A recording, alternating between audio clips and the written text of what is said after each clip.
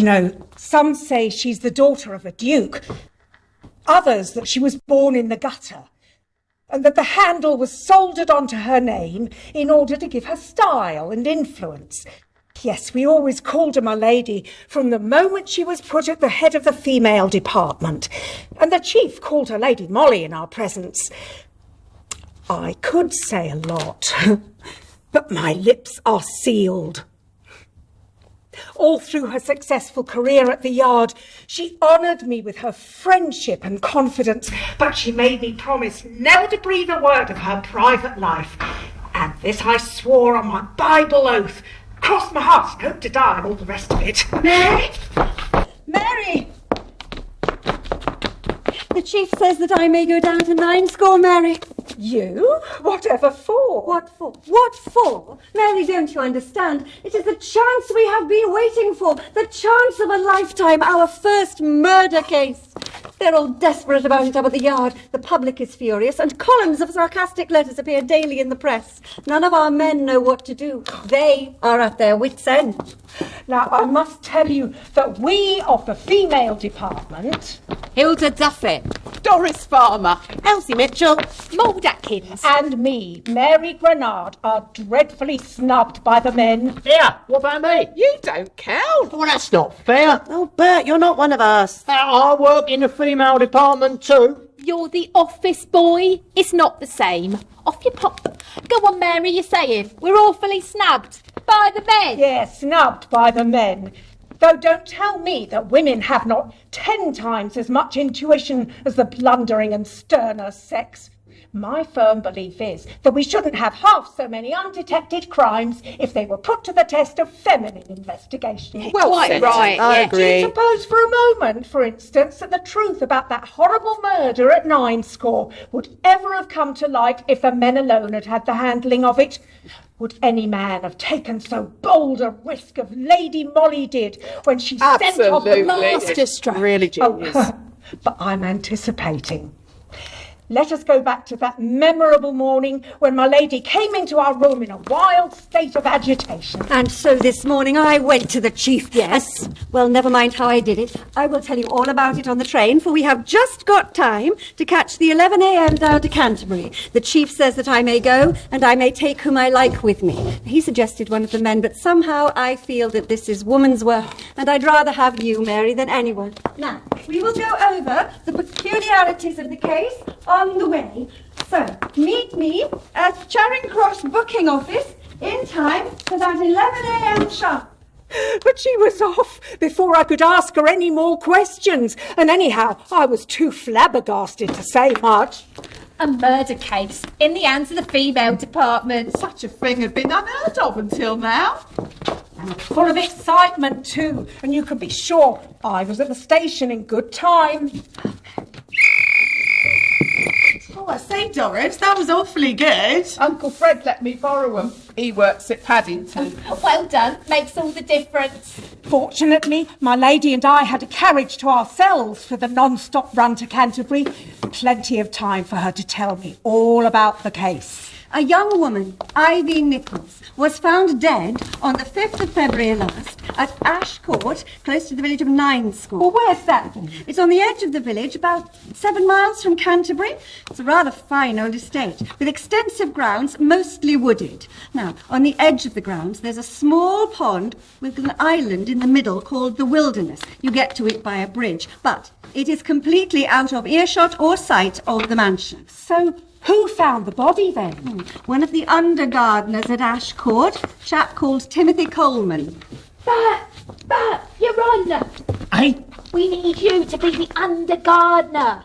Oh, you need me now, do you? Oh, go on, Bert, be a sport, please. Well, I don't know. I mean, he can't be very important if he's only the under-gardener. He is absolutely vital to the plot. Really, he is.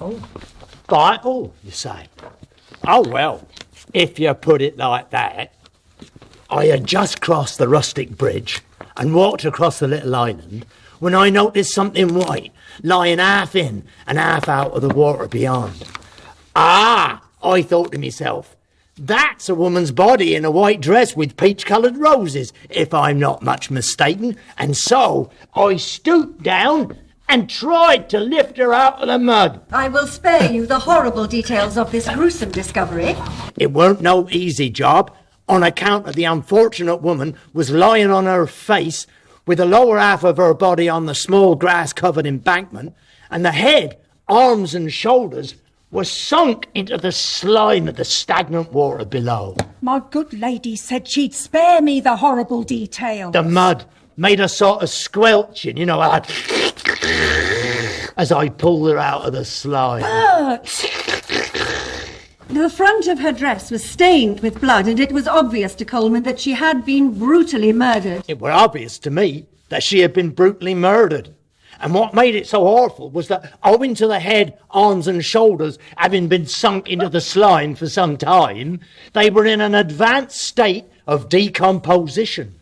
It were impossible to recognise the face on account of the mud and the slime. And if you ask me, she must have been pushed into the mud because her head was embedded right in it, which is why it made such a when I pulled her out. Bert, please, women and children present. I don't see how she could have fallen like that. Luckily, Coleman was a stolid, unemotional kind of yokel. You sure? Yes. Oh. He went immediately to the lodge to get assistance, and soon the police were on the scene, and the body was removed to 9 Scores local police station. Oh, look, my lady, hop fields. Can't be far now. Now, 9 Score might be a sleepy, out-of-the-way sort of village, but soon everyone in the place had heard that a brutal crime had been committed. Needless to say, it was all the talk at the Green Man public house. Luckily, our man on the spot, Inspector Measures, was there, and you may be certain that he took note of all that was said.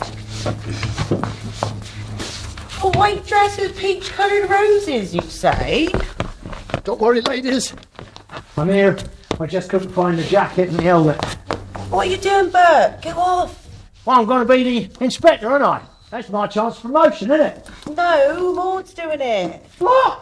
No, she can't. She's a woman. And do you have a problem with that, Albert Crookshank? Well, no, not with you being a woman, but women can't be inspectors. Not yet, they can't. Besides, we need you to be the handsome playboy, all right? Oh, well, well, in that case, yeah. I'll go and get ready then, shall I? You do that. Carry on, Elsie. Where were we, Hilda? A white dress with peach-coloured roses. A white dress with peach-coloured roses, you say? And don't forget the ruby and pearl ring on her poor little finger. And the red leather purse they found by the murdered woman's hand. That would be Ivy Nichols, I swear. It is with her sister Susan at 2 Elm Cottages on 9 Score Lane, opposite Ash Court. And how can you be so sure about that, Mrs. Hooker, 'cause I live at number 1 next door. We've called at the Nichols address and found the place to be locked. Looks like no one's been over for quite a while. Oh, it'll be a fortnight tomorrow. I was just inside my own front door calling the cat to come in. Well, it was as dark a night as you ever did see. I mean, you could hardly see your hand before your eyes. And it was a nasty damp drizzle coming from everywhere. Very nasty. So, yeah, Susan and Ivy, they come out of their cottage. Well, I couldn't rightly see Susan, but I heard Ivy's voice quite distinct. She says, "We'll have to hurry," says she. I thinking they might be going down to 9 Store to do some shopping. Calls out to them. I just heard the church clock strike 7. And that being Thursday and the early closing, they find all the shops shut at 9 Score. They took no notice of me and off they went. Oh, that's the last I ever did see to them two. And were the Nichols sisters well known in the village? Oh, that Ivy was a flighty piece. I mean, I'm not one to gossip, but my word. Her sister wasn't like that. Susan was always very sober and steady in her conduct. If you ask me, her younger sister's, questionable reputation was a trial to her. The quarrels between them two girls, you could hear them through the cottage walls, yelling and shouting, especially this last year whenever that Mr. Lionel Lydgate come to call. Mr. Lionel Lydgate. Lionel Lydgate is the brother of Lord Edbrook, the multimillionaire. Wasn't Lord Edbrook mentioned in the King's birthday honours last year? That's him, yes. He resides at Edbrook Castle in Lincolnshire, but he and his brother rent Ashcourt once or twice a year so that they can play golf at Sandwich Links close by. Oh, Sandwich. Thank you. Many's the time I seen that Mr. Lionel turn up in his smart dog car and take Ivy out for drives. Lord Edbrook, I might add, is a married man. Lionel was a bachelor and thought to be quite the catch. Was? But he's just become engaged to the daughter of one of the canons of Canterbury, Miss Marbury. It was announced in the Times a few months ago. No wonder Susan strongly objected to her sister's name being linked to a young man so far above her in station. And one, moreover, who was about to marry a young lady far more suited to his own rank of life. Oh, but that Ivy didn't give a jot. She just shrugged her shoulder and wanted her fun, didn't care about public opinion, even though there were ugly rumours. Oh yes, very ugly rumours about the parentage of a little baby girl that she herself left in the care of Mrs. Williams. Inspector? Mrs. Williams, a widow who lives in an isolated cottage on the Canterbury Road. You may be sure that I called on her forthwith. Ivy told me that the father of the child, who was her own brother, had died very sudden, leaving the little one on her and Susan's hands. And as they couldn't look after it properly, they wanted me to have charge of it. Of course I agreed, poor little mite.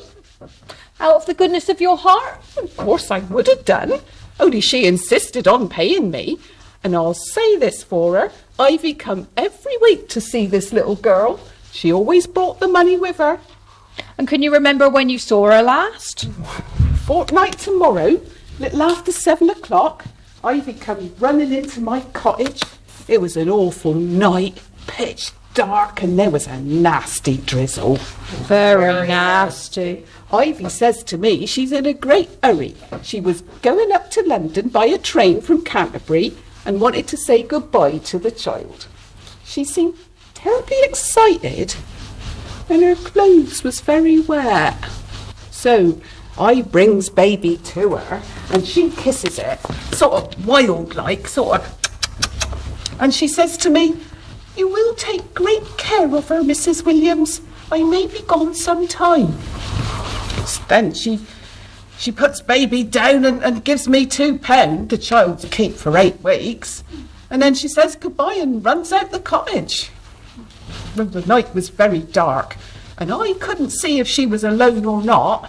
But presently I heard her voice saying tearfully, "I had to kiss baby." Then the voice died out in the distance on the way to Canterbury. Now, Inspector Measures concludes that he was able to fix the departure of the two Nichols sisters from Ninescore on the night of January the 23rd. They left their cottage about 7 p.m, went to Mrs. Williams, where Susan remained outside while Ivy went inside to say goodbye to the child.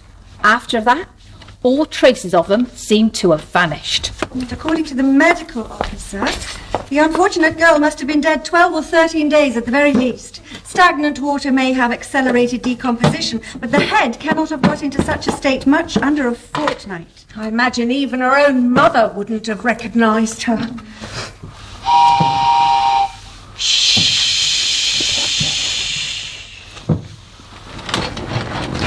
Whether Ivy and Susan got to Canterbury to catch the London train, we have no idea.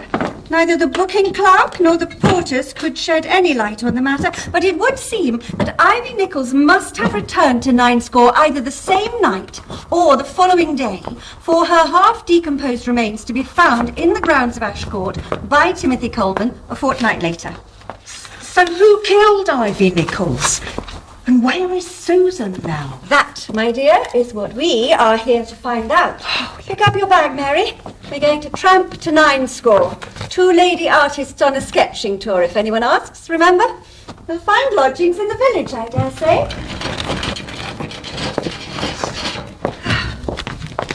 We lunched in Canterbury and then walked the 6.5 miles to Ninescore, carrying our bags. We put up at one of the cottages, and the next day, at 8 o'clock sharp, found our way to the village police station to meet Inspector Measures. Lady Molly, Miss Bernard, good morning to you both. Please take a seat. The chief said word that you were coming. I don't mind admitting, though, that I was a little surprised that he was sending... A titled lady? Titled lady? Oh, yes, that too. But he says that I am to give you every assistance. Thank you, Inspector. You've had the inquest, I believe. That's correct. Nothing much more to add to what I put in my report. The ring, the purse and the dress worn by the murdered woman were all identified by several people as belonging to Ivy Nichols. Didn't anybody see or hear anything at Ashcourt? The caretaker at the lodge says not. Nothing to arouse suspicion. But then the wilderness, that's the island where the murder took place, is some way off from the main lodge. You can get to it from a door in a gate leading into the lane almost directly opposite where the Nichols sisters lived. Ivy could have gone in that way without going near the lodge. Well, what about her beau, Mr. Lydgate? Was he at Ashcourt then? The witness has only been in his post a year. Mr. Lydgate hadn't been down to play golf for all that time. Did any other witnesses come forward? There was the deposition of a Mr. James Franklin. I have it in here somewhere. Who is James Franklin? A carter. I work for some of the local farmers. That Saturday, January 23rd, about 6:30, I was walking my horse and cart along 9 Score Lane. It was pitch dark, and there were a nasty drizzle. Very nasty. And I couldn't see a dicky bird. And then, somewhere near Elm Cottage, I heard a man's voice calling out in a sort of hoarse whisper, "Open the door, can't you? It's as dark as blazes." And then, a bit later, "Ivy, where the dickens are you?" And then I heard a girl's voice saying, "It's all right, I'm coming." Anything else? No, that were it. I didn't see or hear nothing after that, and I thought no more of it until I heard that Ivy Nichols had been murdered. And then I thought I'd better do my duty and tell the police. When he was questioned further, he couldn't say what side of the lane the voices were coming from. I couldn't say which side of the lane it was. It might have been Elm Cottage side or the low wall bordering Ashcourt. I see. And then there's this. Ivy's red purse. It's what's inside you might find of interest. The handwriting is that of the deceased. Several people have identified it. It's a lot of dates and times. The first two, 26th of December and the 1st of January, are when Mr. Lydgate came down to 9 Score and took Ivy out for rides. We have several witnesses who saw him. We're not so sure about some of the other dates, though. Look at the last date, Mary. 23rd of January and the hour 6 p.m. Thank you, Inspector. Anything further on the two girls? Very comfortably off, from what we can tell. Ivy was always smartly dressed and that baby had lots of new and expensive clothes. Mrs. Williams charged £5 a week for her keep and was paid with unfailing regularity. Your report said that the two girls argued a lot. Village gossip. You know how it is. I did hear tell, though, that Susan had been to visit the Reverend Octavius Ludlow, that's our vicar, asking him to try to persuade her sister to leave 9 Score altogether. Move on, make a fresh start and leave her past behind. Thank you, Inspector. I think, Mary, it might be a good idea if we paid Reverend Ludlow a call. Oh, you'll find him at the rectory next to the church. Top of the hill, you can't miss that.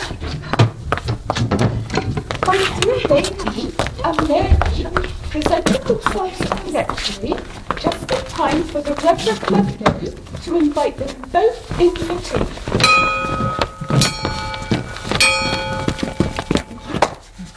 Not you, Bert. Elsie's doing it. Oh, that's not fair. Well, they can't be vicars. Not yet, they can't.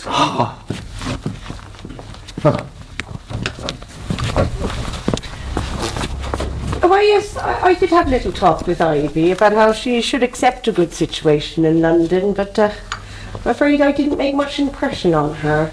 She said she need never go into service because she could come across with £5,000 or more easily at any time if she chose. I wonder where from. Did you mention Mr. Lydgate's name to her at all?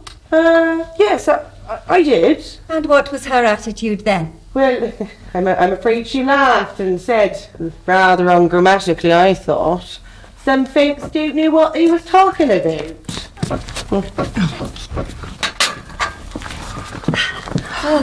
Nothing much to go on there, my dear Mary. No motive. Perhaps a suspicion of blackmail, but nothing to account for such a brutal crime. Time our lady artist took advantage of refreshment at the local hostelry. That seems rather extreme, my lady. Are you sure? Nothing ventured, as they say. Come along, Mary. Shoulders back, chin up. What'll it be, ladies? 2 sweet cherries, please. Public excitement had now reached fever pitch, and not just locally. The country inns nearby were packed with visitors from London. Artists, like my lady and I, journalists, dramatists, actor managers, all eager to hear the latest gossip. And they all wanted an answer to the same question. When did Ivy Nichols come back to 9score and why? Must have been to meet that Lionel Lydgate. That was the day she and her sister left the village. Man's voice called her at 6:30, I'd swear to that. You heard that, I know, Mr. Franklin. Not half an hour afterwards, I heard her voice as she come out of her cottage with her sister. She come to me after that. Oh. What if Ivy only went halfway to Canterbury, then come back to meet up with her lover? Who lured her into the grounds of Ash Court when no one could see him and murdered her. Well, don't make sense. Why would he do that? But that Mr. Lionel was about to marry a nice girl of his own class. I mean, perhaps he wanted to silence forever a voice that threatened him with scandal and possibly demanded money to keep quiet. And what's happened to her sister Susan? No one's seen hide nor hair of her since. She must know her sister's been murdered. It's been in every newspaper in England. And she hated that Mr. Lydgate. If she thought he was guilty, she'd be the first to say so. But if he didn't murder her, who did? And why has Susan Nichols disappeared? Why? Why? I thought you'd like to know that Mr. Lionel Lydgate has agreed to come to the police station tomorrow morning for questioning. We were at the police station bright and early, and Mr. Lydgate arrived soon after, looking frightfully upset and nervous. Oh, but good looking and very athletic. A very pleasing specimen of English cricket, golf and football-loving manhood. Mary. Mr. Lydgate, thank you for coming. Morning. Please take a seat. My assistants here will be taking some notes. We would like to ask you some questions about Ivy Nichols. I believe that you knew her. Ivy? Yes. Frightful business. You know, there was no harm in her, whatever the local gossips might say. I used to like to take her out for drives whenever I was in the neighbourhood. No trouble to me, and she was pretty and amusing. Oh, I know she'd been in trouble, as they say, but that had nothing to do with me. No, I fancy she'd been badly treated by some scoundrel, and it wasn't for me to be hard on a girl. And what do you mean by that, sir? Well, I don't know who it was, but it was nothing to do with me. I just felt sorry for the girl, with everyone turning against her, including her sister. And can you remember when you saw her last? Well, let me see, that would be New Year's Day, Boxing Day and New Year's Day. But you saw her on the 23rd of January, did you not? Certainly not. But you met her on that day? Most emphatically no. I went down to Edbrook Castle, that's my brother's place in Lincolnshire, on the 20th of January last month. I only got back to town 3 days ago. You swear to that, Mr. Lydgate? I do indeed. I give you the word of the Lydgates. Anyone able to bear you out? Well, there are a score of witnesses, Inspector. The family, the house party, the servants. Well, we will of course follow that up, but I can see no reason to detain you further. Thank you for coming, Mr. Lydgate. I must say everyone there present was relieved at the fact that the handsome young athlete wasn't a murderer after all. I mean, to look at him, it seemed preposterous. Hmm. Mary. But then we were at deadlock. No more witnesses, no new facts. And we were no nearer knowing who murdered Ivy Nichols or where her sister Susan was. I could tell my lady was in deep thought. She has this way of furrowing her brows like this, which is quite endearing. We tramped back to our lodgings. Now we'll have some tea. No, we won't. I have an idea that might just work. I'm going to write out a telegram and we're going to go on to Canterbury and send it from there. Canterbury? That's 2 hours' walk at least. I don't suppose we'll get a trap at past 3 o'clock. Why not send your telegram from 9 score? Because, Mary, now don't ask questions. My dear lady has a way of expressing herself to me which is sometimes less endearing. She wrote out 2 telegrams, one at least 36 words long, and we set out for Canterbury. I was tealess, cross, and puzzled. My lady was alert, cheerful, and irritatingly active.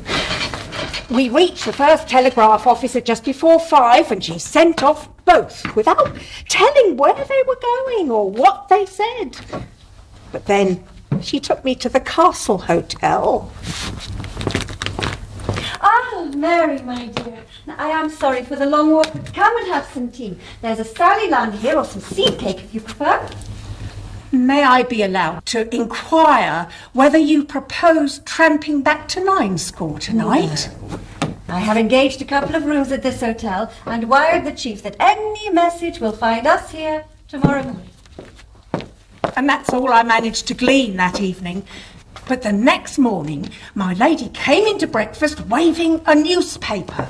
It was in the evening paper last night. I think we shall be in time.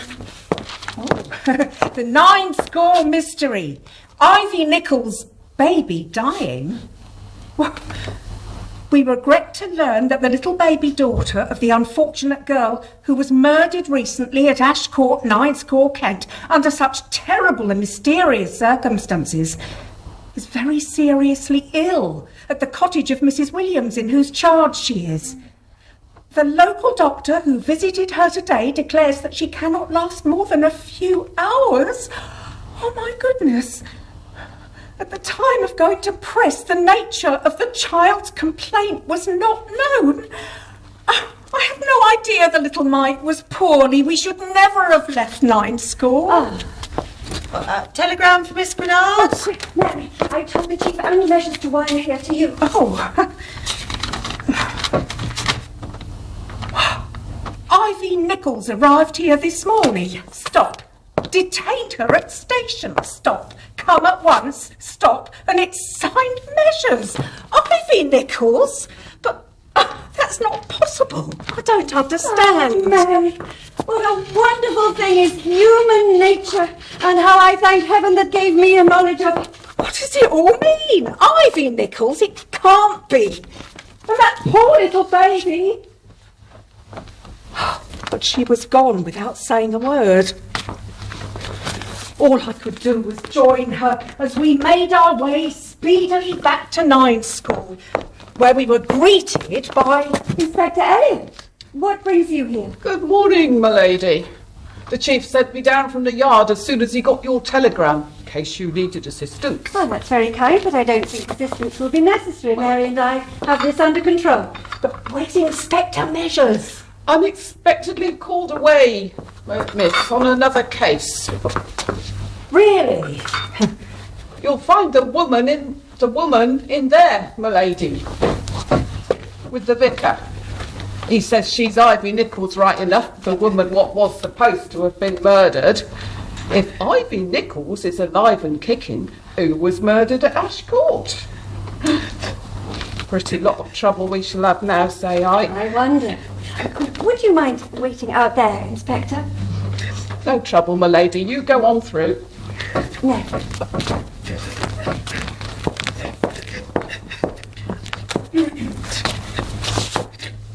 So, you have come to your senses at last, have you, Nichols?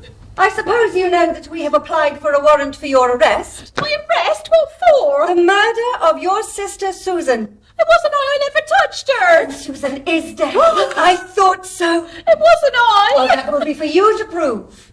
No, you must believe me. I just want to see my baby. The child cannot now, of course, remain with Mrs. Williams. She will be removed to the workhouse. Well, that shan't be. It's not my decision. The authority will decide. No, that shan't be. I tell you, the workhouse indeed. Our father's a lord. A lord? What do you mean, Ivy? Our father's Lord Edbrook. Mr. Lydgate's brother? Is that right? Mr. Lionel's brother? But you told the inspector the baby was your brother's child. That was Susan's idea. I haven't got a brother. Baby's mine. I think, Ivy, you had better tell us what happened. I can't, I promise. Of your baby, Ivy. It was Susan's idea. She'd been getting money out of his lordship ever since the baby was born. I wouldn't have been able to feed her or clothe her else. Blackmail. I thought so. Go on, Ivy. Well, in January last, she persuaded his lordship to come back to Ninescore to meet me. She said I was just to hand over a ring he'd given me and some letters he wrote. She wanted £5,000. She was going to give me half so I could move away and start a new life with my baby. But you didn't meet him, did you? Well, we did arrange a meeting place at Ash Court, but at the last minute I got scared because it was dark, and I've always had a fear of the dark. So Susan went in your place? Yes, but she put on my dress because she thought it was strange. People would think it was strange her meeting a man so late at night. She said no one would think twice if it was me. Charming. So she put on my dress and she put the ring and the letters in my purse and she went off to meet him. And that meeting ended with the murder of the blackmailer, didn't it? It's possible seeing Susan in Ivy's dress first gave Lord Edbrook the idea of confusing the identity of his victim with the horrible device of burying her head in the slimy mud. In any case, he very nearly succeeded in hoodwinking the police. And he would have done so entirely but for your ladyship's intuition in the matter. Thank heavens for that. Now, Ivy, what happened next? His lordship arrived at our cottage in a terrible state. He told me what he'd done and he begged for my help. He said he was a doomed man else. He was going to give me lots of money if I moved away from Ninescore altogether and left no clue or trace of me and my sister behind.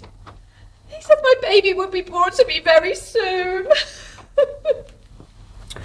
So, he persuaded the most important witness to his crime to disappear and allow all the world to believe she had been murdered by some unknown miscreant. You don't understand. He was the father of my child and I loved him. And instead, the murderer quietly returned to his wife and his luxurious home at Edbrook Castle unsuspecting. No one had thought of mentioning his name in connection with Ivy Nichols. Back in the days when he used to come down to Ash Court, he was just plain Mr. Lydgate. And when his father died and he inherited his title, well, we in sleepy, out the way Ninescore ceased to think of him. Out of sight, out of mind, you know. Surely that nice Mr. Lionel Lydgate knew nothing about his brother's association with the village girl. From his attitude at the interview, I should say he did. But of course he would not betray his own brother unless forced to do so. Perhaps that's why he was kind to Ivy, to make up for the way his brother treated her. Perhaps. Do you think so, Mary? Well, he was so... But you all know the sequel.